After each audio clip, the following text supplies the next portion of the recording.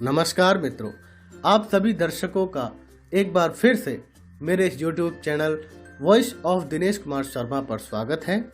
और आज के मेरे इस वीडियो का विषय है अनुच्छेद लेखन का विस्तृत अध्ययन। तो आइए वीडियो को शुरू करते हैं। इस विषय को अच्छी तरह से समझने के लिए मेरे इस वीडियो को अंत तक अवश्य देखें। अगर आप पहली बार मेरे चैनल पर आए हैं तो मेरे चैनल को अभी सब्सक्राइब कर बेल आइकन को दबाएं। अगला अनुच्छेद है नर हो न निराश करो मन को। इसके संकेत बिंदु हैं आत्मविश्वास और सफलता, आशा से संघर्ष में विजय, कुछ भी असंभव नहीं और महापुरुषों की सफलता का आधार। मानव जीवन को संग्राम की संज्ञा से विभूषित किया गया है। इस जीवन संग्राम में उसे कभी सुख मिलता है तो कभी दुख। सुख मन में आशा एवं प्रसन्नता का संचार करते हैं तो दुख उसे निराशा एवं शोक के सागर में डुबो देते हैं। इसी समय व्यक्ति के आत्मविश्वास की परीक्षा होती है। जो व्यक्ति इन प्रतिकूल परिस्थितियों में भी अपना विश्वास नहीं खोता है और आशावादी बनकर संघर्ष करता है, वही सफलता प्राप्त करता है। आत्मविश्वास के बिना सफलता की कामना करना दिवा स्वप्न देखने के समान है, अर्थात दिन में सपने देखने के समान है। मनुष्य के मन में यदि आशावादिता नहीं है और वह निराश मन से संघर्ष करता भी है तो उसकी सफलता में संदेह बना रहता है। कहा भी गया है कि मन के हारे हार है, मन के जीते जीत। मन में जीत के प्रति हमेशा आशावादी बने रहना जीत का आधार बन जाता है। यदि मन में आशा, संघर्ष करने की इच्छा और कर्मठता हो तो मनुष्य के लिए कुछ भी असंभव नहीं है। वह विपरीत परिस्थितियों में भी उसी प्रकार विजय प्राप्त करता है जैसे नेपोलियन बोनापार्ट ने किया था। इसी प्रकार निराशा काम में हमें मन नहीं लगने देती है और आधे अधूरे मन से किया गया कार्य कभी सफल नहीं होता है। संसार के महापुरुषों ने आत्मविश्वास, दृढ़ निश्चय, संघर्षशीलता के बल पर आशावादी बनकर सफलता प्राप्त की। अब्राहम लिंकन हो या एडिसन, महात्मा गांधी हो या सरदार पटेल, सभी ने प्रतिकूल परिस्थितियों में भी आशावान रहे और अपना अपना लक्ष्य पाने में सफल रहे। सैनिकों के मन में यदि एक पल के लिए भी निराशा का भाव आ जाए तो देश को गुलाम बनने में देर न लगेगी। मनुष्य को सफलता पाने के लिए सदैव आशावादी बने रहना चाहिए। तीसरा अनुच्छेद है सबको भाए मधुर वाणी। इसके संकेत बिंदु हैं मधुर वाणी सबको प्रिय, मधुर वाणी एक औषधि, मधुर वाणी का प्रभाव और मधुर वाणी की प्रासंगिकता। मधुर वाणी की महत्ता प्रकट करने वाला एक दोहा है। कोयल काको दुख हरे, कागा काको देय, मीठे वचन सुनाई के जग अपनो करि ले। यूं तो कोयल और कौवा दोनों ही देखने में एक से होते हैं, परंतु वाणी के कारण दोनों में जमीन आसमान का अंतर हो जाता है।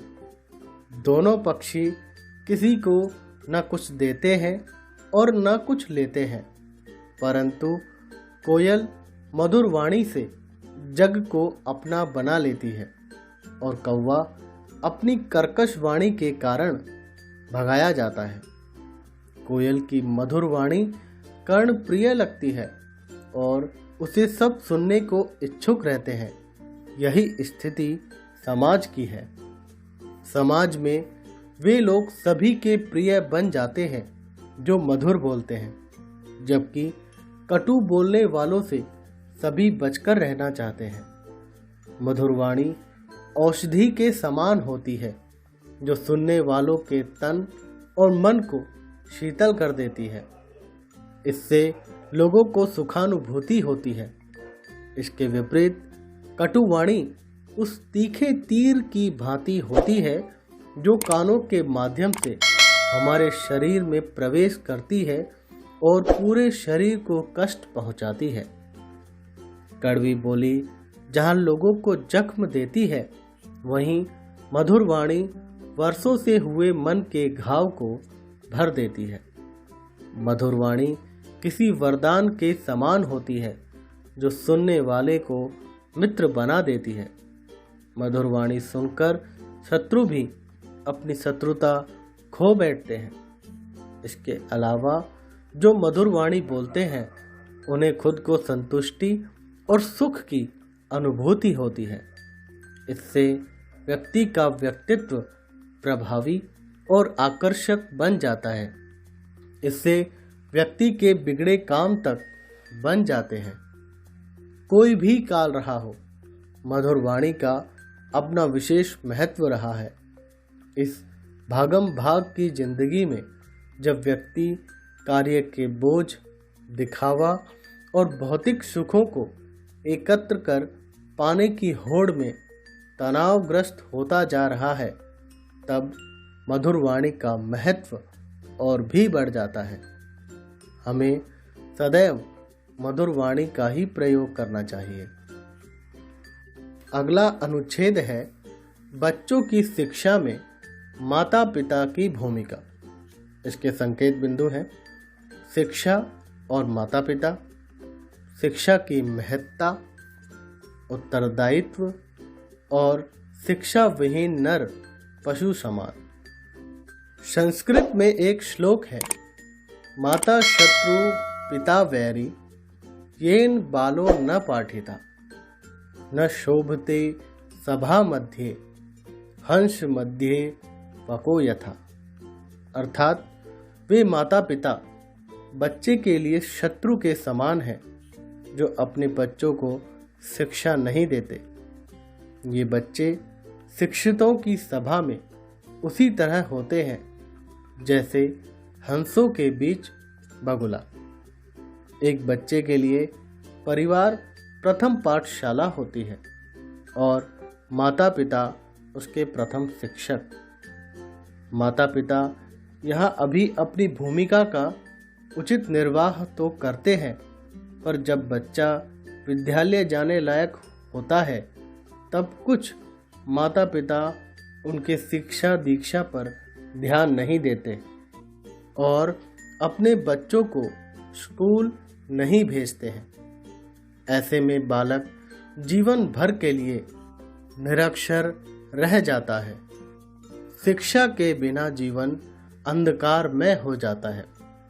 कभी वह साहूकारों के चंगुल में फंसता है तो कभी लोभी दुकानदारों के। उसके लिए काला अक्षर भैंस बराबर होता है। वह समाचार पत्र, पत्रिकाओं, पुस्तकों आदि का लाभ नहीं उठा पाता है। उसे कदम कदम पर कठिनाइयों का सामना करना पड़ता है। ऐसे में माता पिता का उत्तरदायित्व है कि वे अपने बच्चों के पालन पोषण के साथ ही उनकी शिक्षा की भली प्रकार व्यवस्था करें। कहा भी गया है कि विद्या विहीन नर की स्थिति पशुओं जैसी होती है, बस वह घास नहीं खाता है। शिक्षा से ही मानव सभ्य इंसान बनता है। हमें भूल कर भी शिक्षा से मुंह नहीं मोड़ना चाहिए। 5वां अनुच्छेद है जीना मुश्किल करती महंगाई अथवा दिनों दिन बढ़ती महंगाई। संकेत बिंदु इस प्रकार हैं, महंगाई और आम आदमी पर प्रभाव, कारण, महंगाई रोकने के उपाय, सरकार के कर्तव्य। महंगाई उस समस्या का नाम है जो कभी थमने का नाम नहीं लेती है। मध्यम और निम्न मध्यम वर्ग के साथ ही गरीब वर्ग को जिस समस्या ने सबसे ज़्यादा त्रस्त किया है वह महंगाई ही है। समय बीतने के साथ ही वस्तुओं का मूल्य निरंतर बढ़ते जाना महंगाई कहलाता है। इसके कारण वस्तुएं आम आदमी की क्रय शक्ति से बाहर होती जाती हैं और ऐसा व्यक्ति अपनी मूलभूत आवश्यकताएं तक पूरी नहीं कर पाता है। ऐसी स्थिति में कई बार व्यक्ति को भूखे पेट सोना पड़ता है। महंगाई के कारणों को ध्यान से देखने पर पता चलता है कि इसे बढ़ाने में मानवीय और प्राकृतिक दोनों ही कारण जिम्मेदार हैं। मानवीय कारणों में लोगों की स्वार्थ वृत्ति, लालच, अधिकाधिक लाभ कमाने की प्रवृत्ति, जमाखोरी और असंतोष की भावना है। इसके अलावा त्याग जैसे मानवीय मूल्यों की कमी भी इसे बढ़ाने में आग में घी का काम करती है। सूखा, बाढ़, असमय वर्षा, आंधी, तूफान, ओलावृष्टि के कारण जब फसलें खराब होती हैं तो उसका असर उत्पादन पर पड़ता है। इससे एक अनार 100 बीमार वाली स्थिति पैदा होती है और महंगाई बढ़ती है। महंगाई रोकने के लिए लोगों में मानवीय मूल्यों का उदय होना आवश्यक है ताकि वे अपनी आवश्यकता अनुसार ही वस्तुएं खरीदें। इसे रोकने के लिए जनसंख्या वृद्धि पर लगाम लगाना आवश्यक है। महंगाई रोकने के लिए सरकारी प्रयास भी अत्यावश्यक है।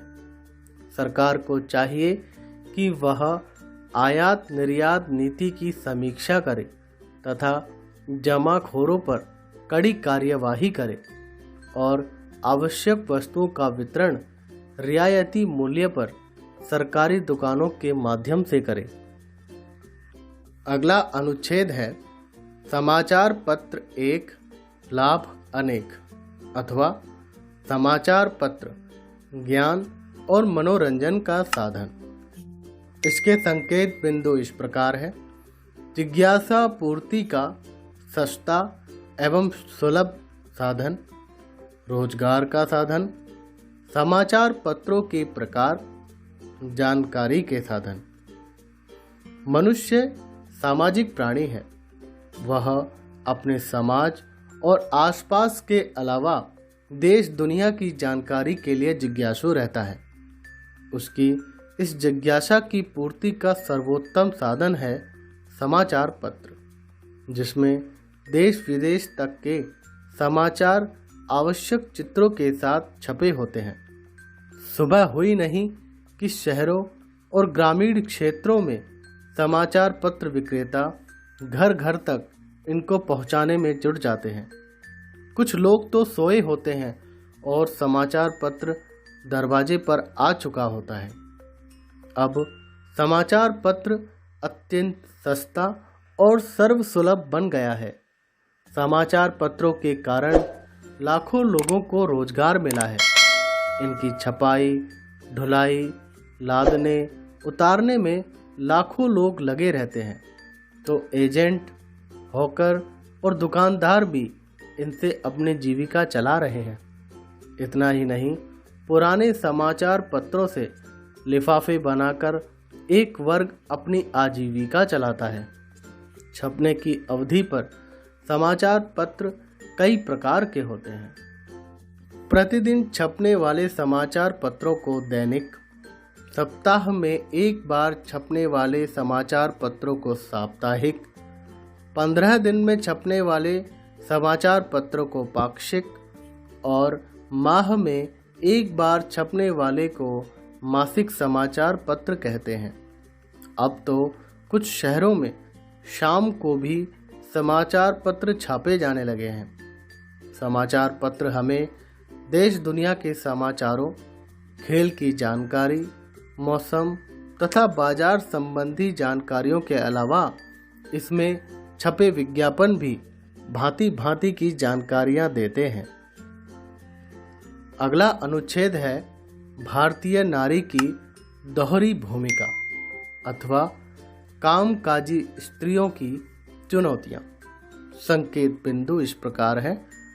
प्राचीन काल में नारी की स्थिति, वर्तमान में नौकरी की आवश्यकता, दोहरी भूमिका और चुनौतियां तथा सुरक्षा और सोच में बदलाव की आवश्यकता। अनुच्छेद इस प्रकार है। परिवर्तन प्रकृति का नियम है। यह परिवर्तन समय के साथ स्वतः होता रहता है। मनुष्य भी इस बदलाव से अछूता नहीं है।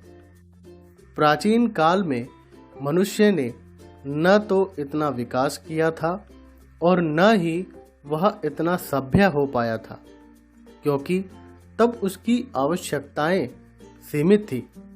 ऐसे में पुरुष की कमाई से घर चल जाता था और नारी की भूमिका घर तक सीमित थी।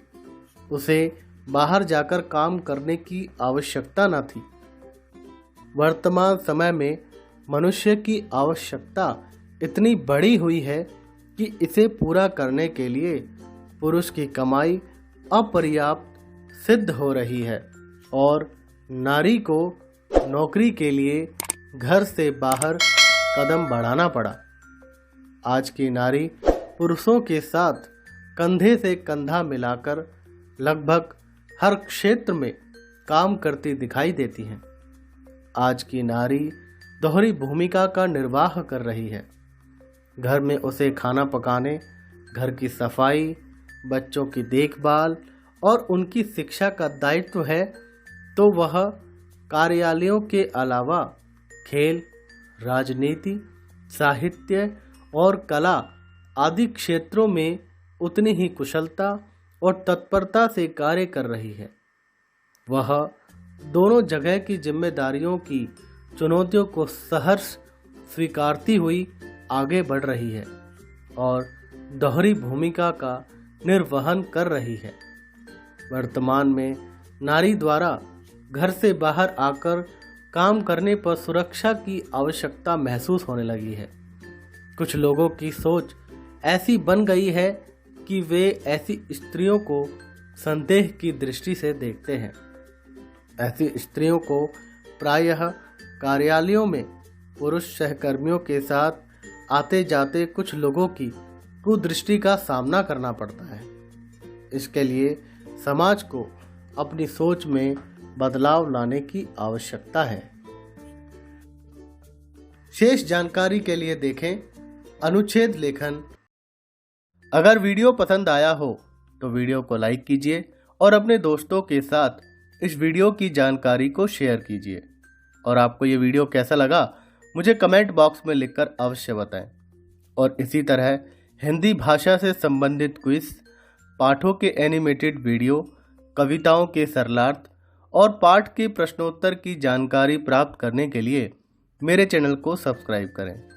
एक नए वीडियो में आपसे फिर मुलाकात होगी। धन्यवाद। आपका दिन शुभ रहे।